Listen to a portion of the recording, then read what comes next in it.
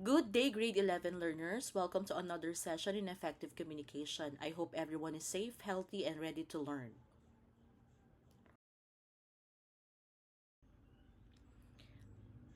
Our lesson today is from critical reading to responsible action, creating an inclusive digital advocacy message. By the end of this lesson, you will be able to create an advocacy message that is responsible, respectful, and meaningful.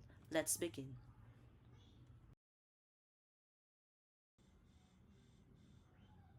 Our objectives for today are simple. By the end of the lesson, you should be able to first explain what is digital advocacy. Second, recognize the characteristics of effective advocacy. Third, identify the parts of an advocacy campaign. Fourth, apply ethical and inclusive communication in your messages. And then fifth, create an original digital advocacy message for positive change. These objectives will guide us throughout our discussion.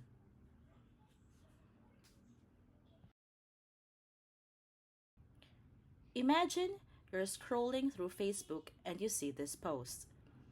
Bring your own reusable bag. Every plastic bag avoided helps protect our oceans. Pause for a moment. Would you share it? Why? Maybe because it promotes environmental protection. Maybe because it encourages people to do something good. Now think about this.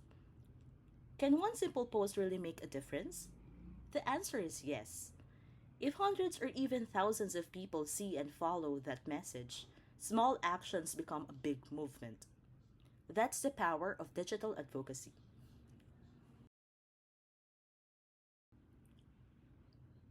Now, let's analyze the message. What makes it convincing? It uses simple words. It focuses on a real problem. It gives a practical solution. Notice that it doesn't blame or criticize people. Instead, it encourages positive behavior. That is what makes an advocacy message effective. Remember, good communication doesn't force people, it inspires people.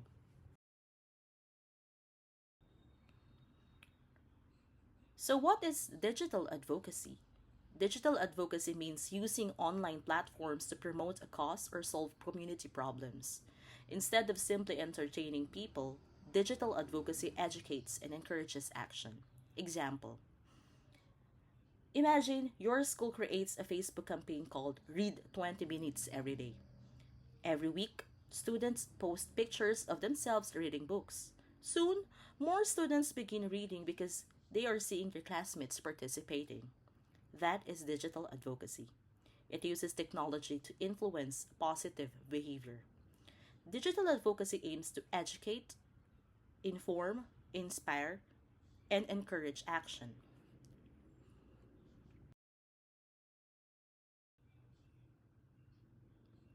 Why is it important? Because millions of people use social media every day. One post can spread quickly.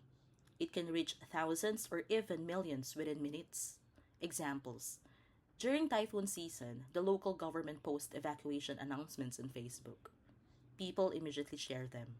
Because of that, many families receive important information in time.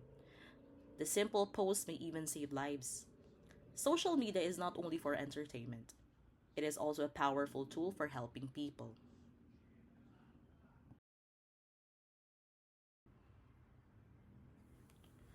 There are many issues that need awareness. Here are some examples. Environmental protection. Example: plant one tree today. Mental health. For example, it's okay to ask for help. Reading campaign. For example, read one book this month. Anti bullying. Example, choose kindness over cruelty. Next is cyber safety. Example, think before you click. All these campaigns encourage people to become responsible citizens.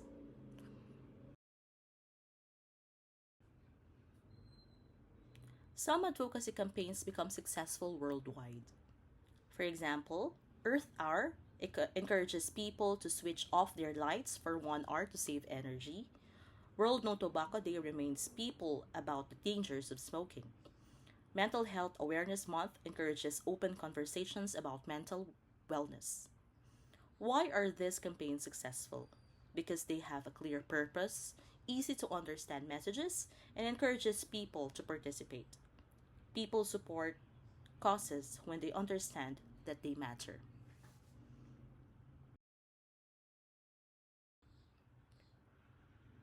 Every advocacy message has five important parts. Think of them as ingredients in cooking. If one ingredient is missing, the dish may not taste right. These five elements are issue, audience, purpose, evidence, and call to action. Let's discuss them one by one. The first element is issue. Ask yourself, what problem am I trying to solve? Example, plastic pollution, cyberbullying, poor reading habits, and fake news. And the second element is the audience. Who should receive your message? Students, parents, teachers, community members? Example, if your message is about study habits, your audience is students. If your message is about parenting, your audience is parents. Always know your audience before writing your message.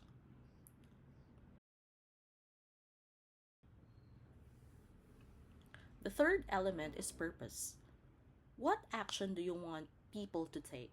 Examples include recycle, read more books, exercise regularly, stop bullying. And the fourth element is evidence. Evidence makes your message believable. Example, instead of saying reading is good, you may say, according to research, reading for 20 minutes daily improves vocabulary and comprehension. Using facts builds trust. Never share information without checking if it is true.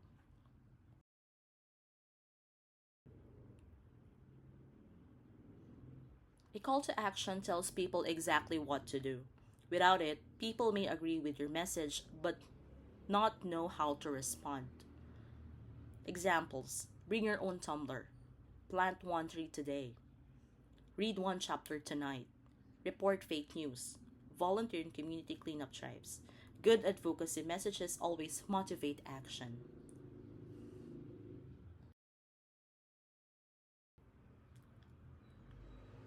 An effective advocacy message should be clear, people understand it immediately, honest, it tells the truth, respectful, it avoids insulting others, inclusive, everyone feels respected, accurate, facts are correct, evidence based, reliable sources support it, positive, it encourages hope, inspiring, it motivates change.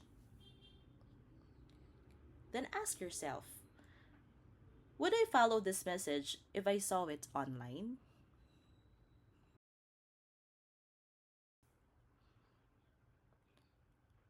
As a responsible, effective communicators, we must respect everyone.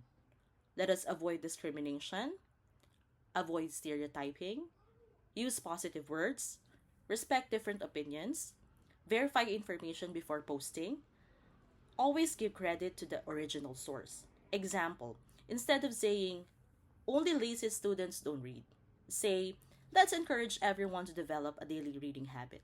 Notice the difference. One message judges, the other inspires.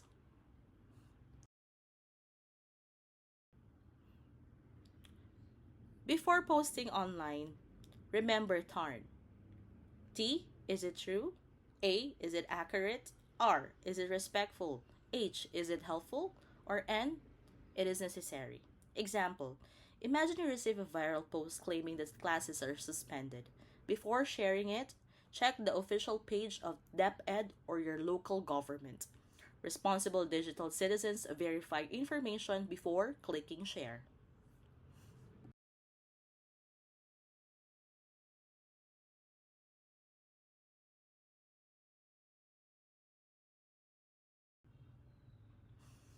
Let's apply what we have learned today.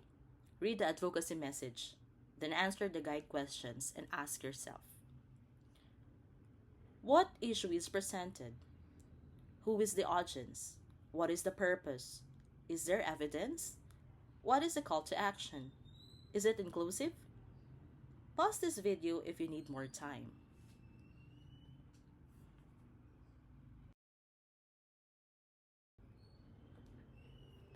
Now it is your turn to become an advocate. Choose one topic, create your own advocacy message. Remember to include a catchy slogan, a short caption, a positive image, a clear call to action, an inclusive language. For example, the topic is kindness online. For slogan, think before you type.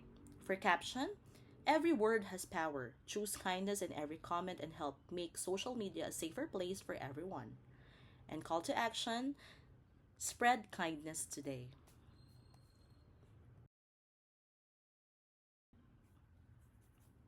Let's summarize today's lesson. Digital advocacy promotes positive social change. It educates, inspires, and encourages action. An effective advocacy message contains the five essential elements: issue, audience, purpose, evidence, and call to action. And most importantly, communicate responsibly by being truthful, respectful, and inclusive.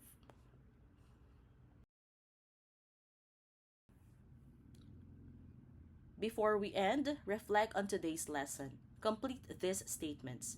Today, I learned that the most important lesson today is, as a responsible digital citizen, I will. My advocacy message will help others by. Take a few minutes to think about your answers because reflection helps turn learning into action. Congratulations! You have completed our lesson on creating an inclusive digital advocacy message. Always remember that every post, comment, and share message has the power to influence others. Use social media not only to express yourself, but also to inspire positive change in our school, community, and beyond. Thank you for joining today's lesson. Keep learning, stay responsible online, and may God bless you all. See you in our next lesson.